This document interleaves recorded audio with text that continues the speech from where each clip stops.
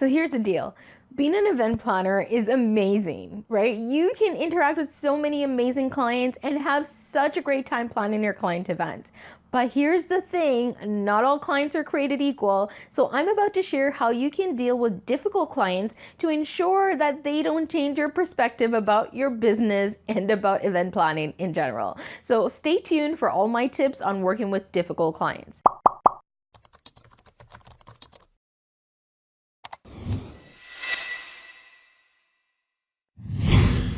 Hi, I'm Jody Ann Rowe, founder of the Event Certificate, and I work with wedding planners to help them generate leads online so that they can book more clients and double their revenue.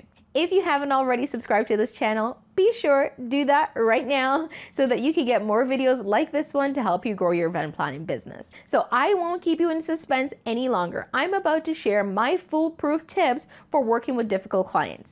So I'll tell you a little story. When I first started my event planning business, I thought that I needed to work with every client because guess what? The more clients I work with, the more money I bring into my business. But I quickly found out that that was not the case. One of my most difficult clients that I booked was a celebrity client. So she was a local celebrity client, and honestly, I was so amazed that she even thought about working with me. I was super excited and I was ready to go above and beyond to do everything she needed for the event.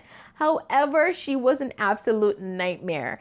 I will say that communicating with her was horrible. Our communication was poor. She changed decisions at the last minute, and the working relationship was just a very difficult one. Now, if I knew what I knew today, I probably would not have booked that client because she was not my ideal client. Yes, she was a celebrity client. Yes, she was paying money for me to plan the event, but it would have been okay and better for that relationship if I had said no to that event. But here goes, if you've already dealt with some of these clients, or even if you haven't, I want to share some tips to ensure that you don't ruin your client relationships and your business if you're dealing with a client that is difficult to work with. So here's my first tip. Set the right foundation. So when you meet your clients, before you get anything started, it is important to communicate to them what to expect when they're working with you.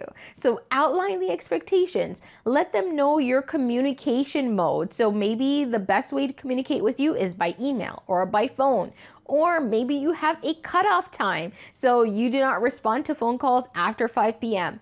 Whatever that is for you, be sure that you set that foundation and communicate that clearly from the beginning. Tip number 2 is to document everything. When you're working with clients, it's so important to ensure that you've documented everything. So if you're running your business and you don't have an event planning contract, go get that done. Or if you don't have any correspondence or templates to let clients know what you need from them by what time, or to just communicate changes in the event, you need to ensure that that's done right now.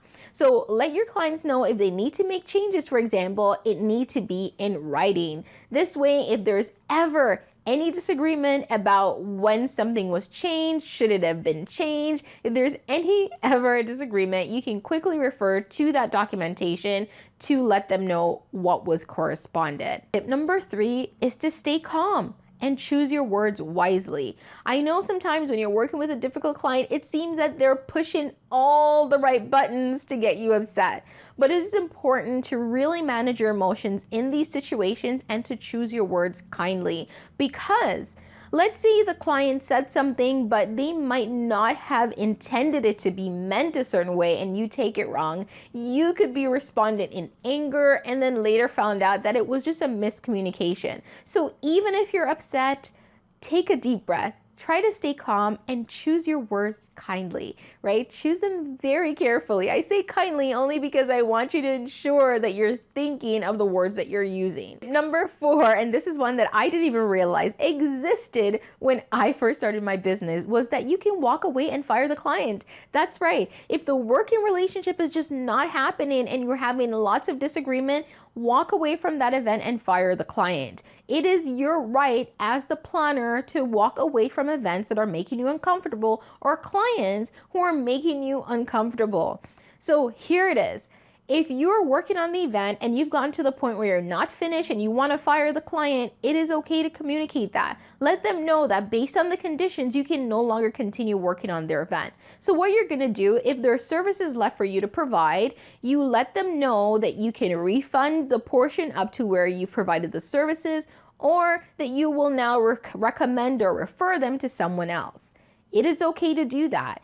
For your sanity and to ensure that your business does not get in any legal troubles, it is best to walk away before the situation gets worse. I know sometimes we feel like we can fix every situation if we just keep going, but sometimes we cannot. And it is up to you to know when to end that relationship. And believe it or not, sometimes you might be able to leave that relationship in a better place if you ended it earlier rather than waiting.